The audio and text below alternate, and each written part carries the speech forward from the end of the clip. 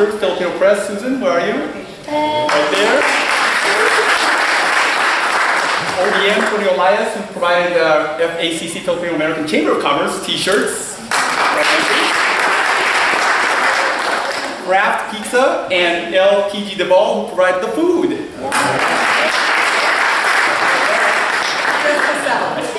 I have a question. And I'm Bennett PG. I am the president of the Filipino American Chamber of Commerce. Number of VIPs, you're all VIPs, but we got a number of elected officials in the House to recognize. So first and foremost, our Mayor of National City, Ron Morrison.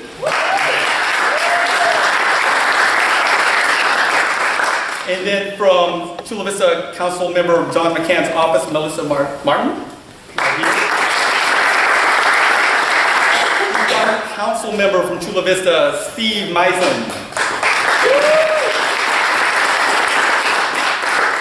And aside from Francine, we've got two staffers from, let's see, well, okay, sorry, first of all, from Speaker Tony Atkins' office, we've got Brian Temporal. Brian, I'm sorry, there you go. And from Steve Meisen's office, we've got Jason Aguio. We've got some folks from Assemblywoman Lorena Gonzalez's office, Isaiah Charles and Naida Castaneda. Thanks so much for being here. All right. So, our own personal VIP, our FACC VIP, is our speaker today, Francine Maigue. So, if you read her bio, it's extraordinarily impressive. But I'm going to read some of it really quickly for you. She already has a master's degree from Harvard University and a bachelor's degree from UCLA.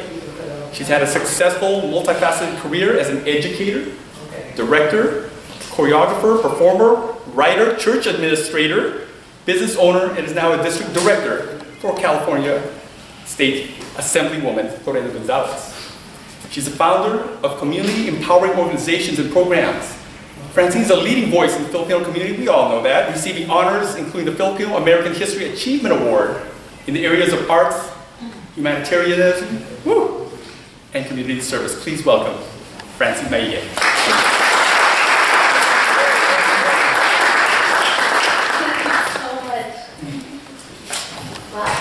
What a room to be standing at the front of. So you all are incredible powerhouses in the community, but do you ever feel like you're at a meeting and your life is just one long meeting? They all just kind of start to run into one another, right? You look around the table and there's some variance in the people around it, but you start to discuss the same issues. And the issues, I'm not talking about socioeconomic issues, I'm not talking about education, I'm not talking about policy, I'm talking about some of the internal issues that we have with our leadership in our community. Right, so that's what we're talking about tonight. Being a little bit more efficient, a little bit more effective when it comes to our networking, in engaging more of our community. Yeah, feel free to come have a seat, don't be shy, it's okay. I won't be offended, please come on down, be comfortable. Happy sushi in the house. Hey. And then, of course, teaching and empowering our youth, because we can't do it forever, right? All right, so when you go to a mixer, we were doing it earlier today, you introduce who you are, and then what's the next question that you get? What do you do? So I actually started working quite early. I started working as a professional arts educator and choreographer just around my 11th birthday. So I've been answering that question, what do you do, for a long time. And throughout the years, my answer to that question has changed. So, here we go. Modern technology. What do you do? There I am. My first job. She's now taller than I am. Right? So, a dancer, a choreographer, a choreo, what? Meaning, I help kids do this. Right? So, for over 20 years, this is what I did. It's only recently that I made a transition into government and politics, which, too, I love. But I found myself doing this, but over the years, people were saying, what do you do? Well, I was shaped to be a ballerina. I was shaped to be a vocalist for a Sony artist. I was a church administrator. So many things. Oh, apparently not a technician. right? There we go. Way back.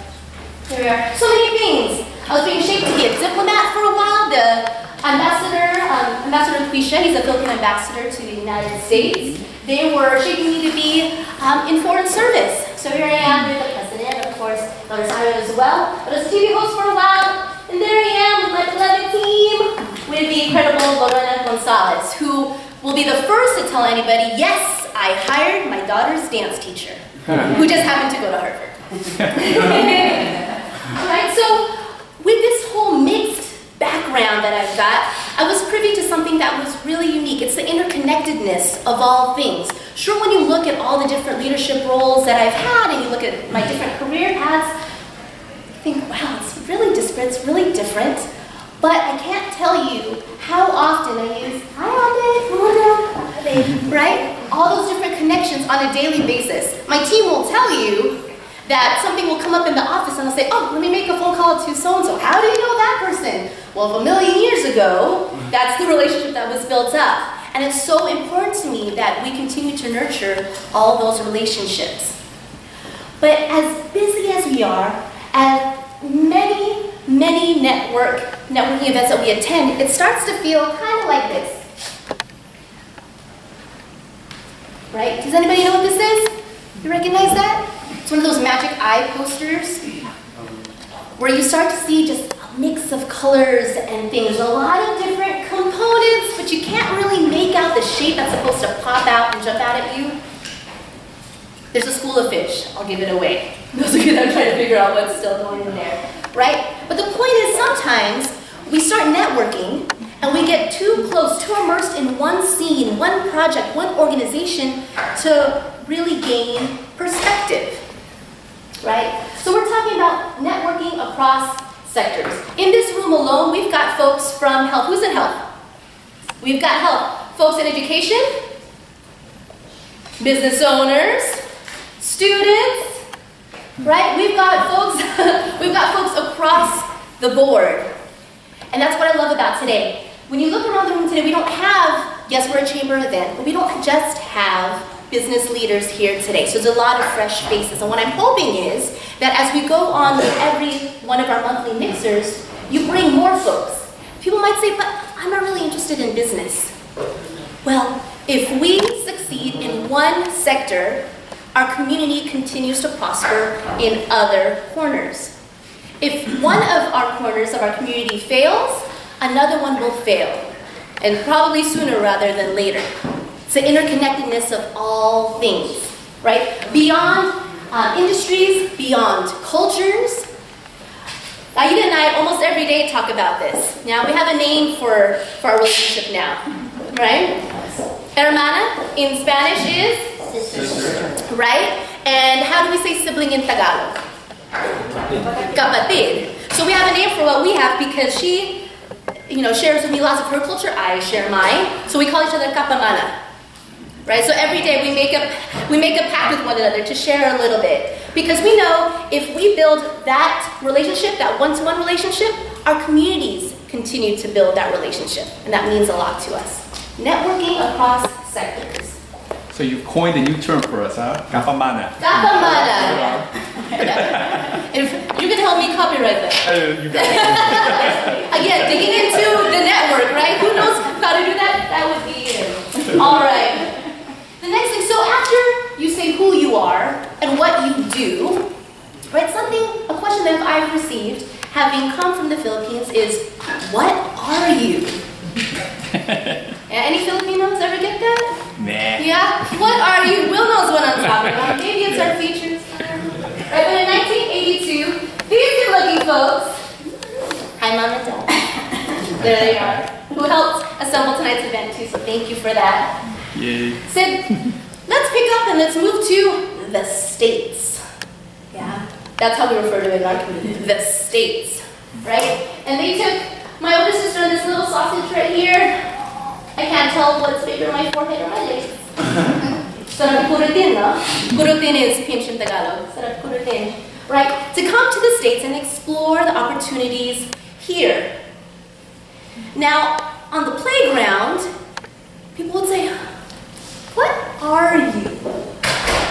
And for a while I was thinking, what are they talking about? I'm a kid, I'm female, I'm ambitious, right? But what they couldn't figure out, what they were trying to articulate, these other kids, was my cultural background. Okay? We're Filipino. It's 2015 and some people still don't understand quite what that means. Right? It's hard for them to address us as voters because when they look at a list of our names, they think, well, those are Latino names. Well, lots of us are. Yeah? Or they'll say, do your folks speak English? And I think about the Pope's recent visit to the Philippines, right? When I think about how to answer this question now. Because he went and spoke to millions and millions and millions of Filipinos. And the only time he needed a translator is when he spoke Spanish. Right? Because they understood English. And actually, even when he spoke Spanish, some understood him then as well. Right? In other circles, we're Asian until we're somehow not quite Asian enough. Or whatever that means. But how many of you hear these type of things popping up? Right? We hear it all the time. So here's the thing. What folks don't understand, they will judge. What they don't know, they'll assume. So it's our job to get up off our laurels and make sure we communicate our culture effectively. Right? So some folks say, well, we'll just let them be. We're really, really good at fitting in. That's fantastic. But what people don't know will not hurt them, it'll hurt us. Okay? So it's time to share our culture in lots and lots of different ways. All right. Engaging our underrepresented communities. We've got to do it. Because it's not only that we're being underrepresented, but oftentimes we're being misrepresented. Okay? And there's just no excuse for that. Okay? As vocal as we are in other things, as great as we are in uniting for giant fiestas and meetings, we've got to get out there so that we address other important issues. Okay? All right. And of course, teaching and empowering our young people. I can't tell you how many organizations are starting up right in the heart of our community right now. There are so many folks that are revved up, they're ready to go, they're ambitious. You should tell them to come, we've still got plenty of food out there. Right? But they're revved up and they're ready to go and they're looking for mentors. Okay? But don't take on folks just because you're tired. Right? And you need volunteers, you've got errands to run. Right? Don't take folks on just because you want disciples. I see that a lot. Right? I see a lot of our leaders that have been active in our community for years. We respect them, we admire them, but they're not going to live forever. And the world is changing. The way we communicate is changing. The issues that we're trying to address are changing. So what may have been effective years and years ago when folks first arrived is not as effective anymore. And it's no disrespect to say things have got to change. I do think it's disrespectful when folks say, we've got to change, but let's not do it together. We have much to learn from one another. So what I'm hoping is, as these organizations continue to pop up, you take both hands, grab somebody in each, and say, let's have a dialogue. And that word gets thrown around a lot. Let's engage in some dialogue. And somehow dialogue becomes a thread of emails that everybody replies all to, that everybody starts to disregard. Everybody's going, yeah? But really, ask them. To ask and listen as much as we share. And to communicate with a lot of candor. Right? We have a lot of achievements to be proud of in our community. People have worked really, really hard over the years to establish these organizations. We have these beautiful installation balls, foundation galas, fiestas that turn out thousands of people. So while we have that captive audience, let's ask them, what else would you like to see? What obstacles do you have in your household that you need help with? Right? So maybe it's legislation. People think, legislation, I'm really not interested in policy. That's why I vote for people. They'll take care of that for me. Well, coming from an elected's office, I can't tell you how we're always asking folks, you can't communicate with us enough. You have to tell us what's going on, or else we really feel like we're missing the mark. We're here to serve you. Or how about when you have your seniors, right? Everybody wants to take care of our parents.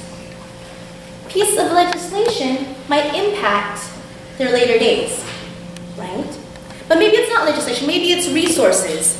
Are you aware of the resources that have been put in the community as of yesterday? Are you aware of some resources that have recently been taken away? These are important things to know. They impact our community. And you may feel like, Francine, I'm so involved, I'm going from one meeting to the next, I'm tired. We can't afford to stop. Not now. I read an article just the other week, and it was saying, the Filipino community is on the rise. Watch out, that Filipino community will have electeds in the next 5 years or so. You'll see them everywhere. You'll see them of heads of all kinds of corporations. The date that this was originally published was 1992. We're still waiting. Sure, we do see some progress. We do see some folks making the great stride, the big challenge of raising funds and campaigning and actually running. We certainly want to see more of that. But we've got to make sure that the folks that are representing us are actually tethered to our community. This is something that people don't like to talk about openly. But it'll come up in coffee shops. It'll come up after the meeting in the elevators. It'll come up as we're cleaning up the lumpia, as events are wrapping up. It's representing our community to get them engaged and educated on our community. It's backwards. We have so many homegrown leaders that have been immersed in our community for so long. And I know, because I've engaged in discussions with them, that it's difficult for them to rise up because they think, well, if I assume another position, what's going to happen to the association that I've been leading for so many years? Who's going to look after this, that, and the other? And that's why we've got to get more folks involved, right? That's why we've got to network. That's why we've got to engage more of our community, and that's why we've got to mentor our young people. That way, the few that are currently wearing those superhero capes, the few that are putting everything on their shoulders, won't have to do it alone. And as I'm looking around the room, it's you. I know y'all are nodding because you know it's you. I know you're tired. I know you feel you're like attending everything you can, but there's more. There's more for you, there's more for us. If you are blessed, and you are blessed, we are blessed enough to draw attention to our culture, to its achievements, to its infinite potential, we've got to do it together. We got to help each other out. Okay, and how are we going to do that? NET, because that's what's going to bring up our community's network. We're going to network, how? Across sectors. We're going to engage more members of our community so that we're not misrepresented, so that we're not underrepresented. And of course, we're going to teach and empower our young people. I know that our net worth is going to continue to rise because I'm looking at you. Maraming salamat po. Thank you.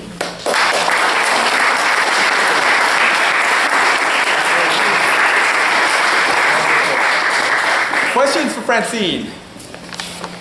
Thought-provoking ideas? This is the network, right? So how many of you guys are or have been thinking about being politically active or working for or being part of political movement. Oh, raise them high, friends. Well, raise them high. You, Mayor, really? And how many of you are glad that there's other people that do it for you, so you don't have to? It's all interrelated, it's all integrated, right? So we want to thank Francine for enlightening us to the fact that our success in any of our businesses is more complicated. We work so hard, day in, day out, grinding it out, paying the bills, paying our employees, the whole thing. But at the end of the day, there's so much that happens in policy and legislation and all those things that affect us, that if we aren't aware and we aren't connected to those who are making those decisions, right? Then someone's making those decisions for us, and we have no say. So that's why it's so important to hear the words from Francine today. So thank you again. Thank you.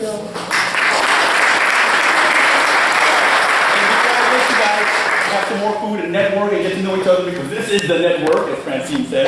Absolutely. Let me ask Joe Masares, our membership chairperson, to give you a little bit of updated information about the Filipino American Chamber of Commerce. And then actually the second part of our name is of San Diego County, so that's why we're trying to do our very, very best to move it around the county. South Bay, North County, Central San Diego.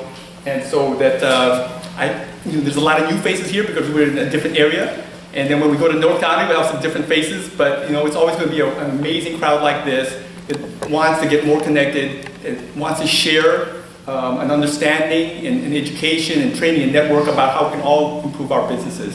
And so that's really what the Filipino Chamber is about. And we'll always have an inspirational speaker. We'll always have plenty of time to network and get to know each other.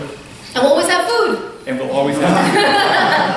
We are Filipino. All right. Joe Masares. Thanks, Bennett. No. You gave me a new title. I didn't know it was the membership. Oh, I don't know. That's all right, treasurer. But treasurer. No, that's fine. I mean, we do that. So as Bennett and Francine had kind of just showed that, we're all about the network. We're all about being able to kind of harness the power of all the individuals here. And it's not just business. It's even those of us who are nonprofit agencies, government agencies. Because again, for all of us to kind of rise socially, financially, it takes a community. And so FACC is more than just your usual Chamber of Commerce that talks about business. It really is about a community and how we can kind of leverage our own, net worth as well as the collective opportunities for us. Traditionally, and I say that traditionally over the years, that we have always had events. We are on a track where we're trying to get to 500 members within a year or a year and a half. Right now, we're at least over 100. So we're going good and we're going strong. And as a member, you get to come every month to these mixers. And we're also trying to build in some new aspects where we do some educational. We have some really great talent on our board, as well as some of you who might be interested to be able to kind of share that experience, to share some areas. Like Elle does diversity training. So if you're a business and you need to kind of maybe get some training out of your organization or meet in compliance with state or federal laws and regulations for your business association, we're going to offer a business seminar that will be available to you as a member. So our rate has always been $99, or $100, I just said. And that's pretty affordable if you think about it. I mean, if you think about it, if you at least came to maybe 3 of these events, that's $75. Today, if you were not a member and you paid $25, that's 1/4, of a membership for a whole year. So now we're announcing our new rates, starting March 1st. So starting March 1st, we've come together and kind of thought about some added benefits that we can offer as we're regrouping, as we're being able to kind of really promote the chamber itself. So for $99, that's our startup membership. You get a nice little pin. Of course, a business listing is all about creating a business directory that people within our community and outside our community can be able to see who can I partner with. Discounts, of course, on the monthly mixers, and of course, our annual voting rights in itself. We have 3 tiers. Our second tier is $149, our growth membership, we call it that. You get all those benefits, but a nice new t-shirt here that you can wear proudly. I think it's a great design. Bennett had helped design this logo years ago. And if you go on our website, that'll be up pretty soon, you'll be able to kind of hear a little bit about how what this design represents. You know, it's not just some fancy colors and triangles. Everything's about story, meaning, authenticity, right? Yeah. So you'll get the T-shirt and you'll get entrance into one of the business classes, which is in value of almost like $150. You know, so you're kind of getting double the price of it. Our third tier is $249 for the marketing membership. And really that's all those benefits, but I think what we're trying to do, you also get a second class that you can attend for the year. But I think what we'll really do is we really will promote you. We're going to promote you on social media, we will have you on profiles, we will have you on a newsletter. Because I think at that level that you should get a little bit more prominence and visibility to us. So we have 3 tiers coming up, the $99, the $149, the $249. I feel like Steve Jobs saying these are the 3 price tiers. If you ever seen his talks. And again, that starts March 1st. For today, or up until then, you can contact Alicia or myself. You can get the $90 rates. And that will kind of get you a little bit above kind of the startup membership rates. So just know that you're getting long-lasting impressions. We've had 2 individuals who signed up already earlier today. And I know some of you said you're going to sign up towards the end, but I just want to kind of recognize them. So we have Vita with the Greater San Diego Association of Realtors. Where's Vita?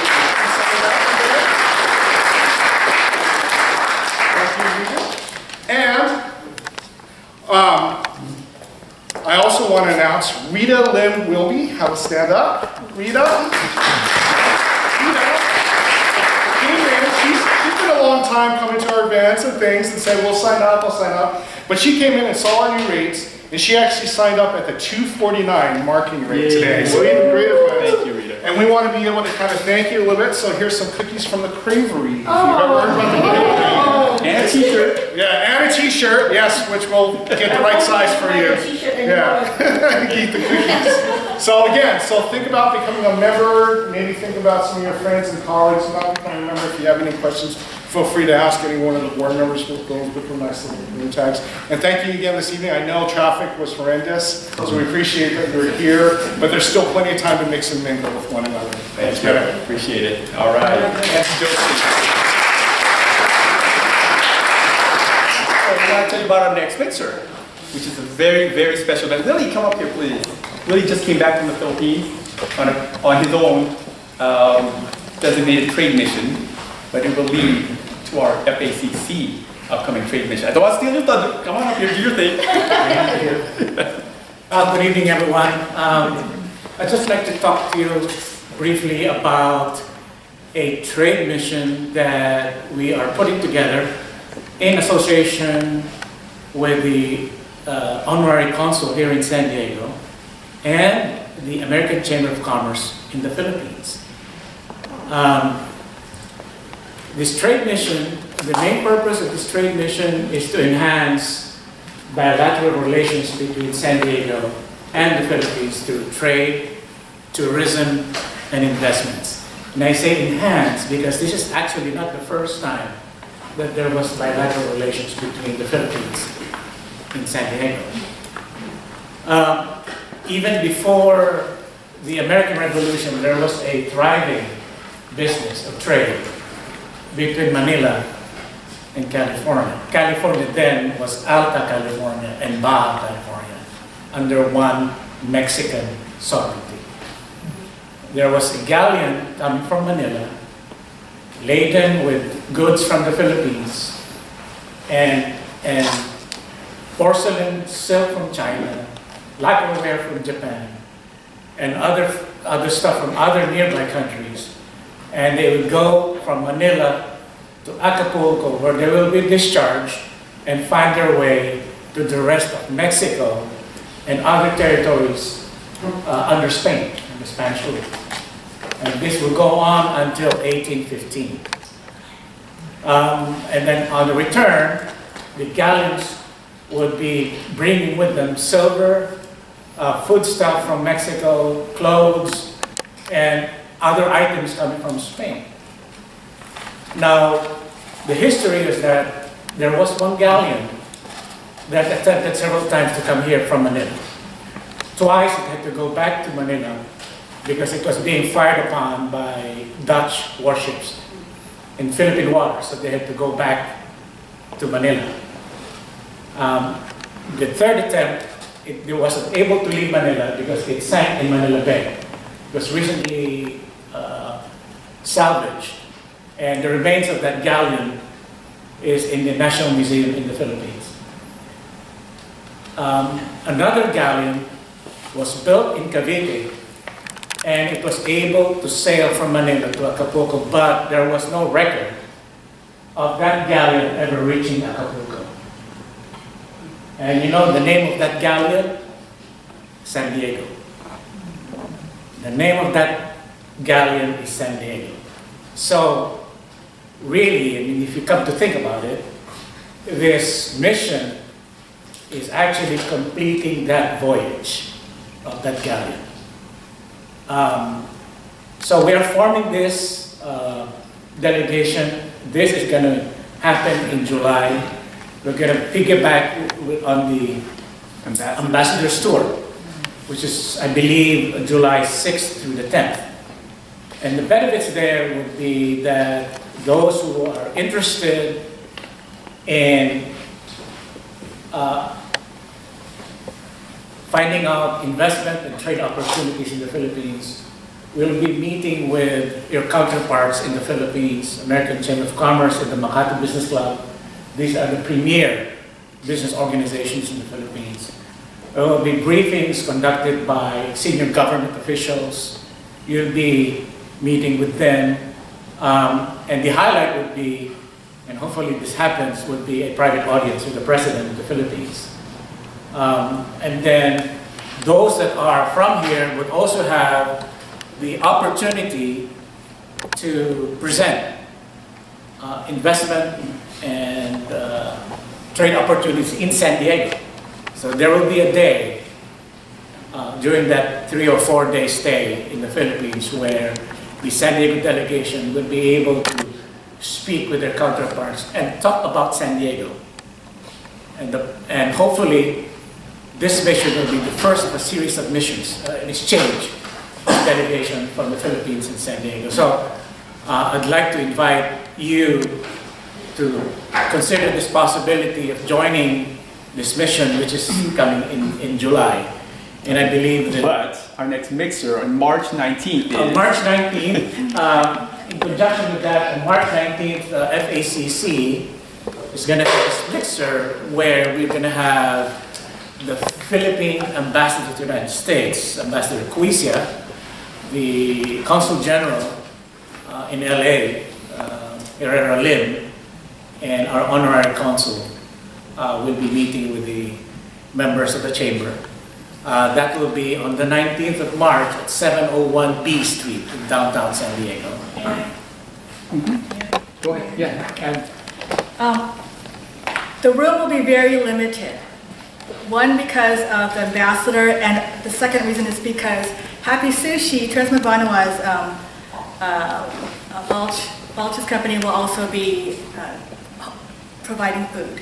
So those are two good things to go. But the room is very limited. We will not be cutting off the RSVPs on the day of the event like we usually do. We need to be nice to Trevs. And we also need to go through the list before the ambassador gets here. The list will be cut off 3 days before. Because I get RSVPs like as I'm driving here. So please, 3 days before. There will be politicians at this, both San Diego and up-and-coming ones. San Diego, Chula Vista, National City, and county supervisors. Some of them will be there. And so if you want to actually be with movers and shakers who are part of the policy of San Diego, who will be also meeting with us in the Philippines, please come. And again, please RSVP. For members, it's $15. For non-members, it's $25. If we have over the amount of RSVPs, we will give preferences to members, because that's one of the benefits of joining the chamber.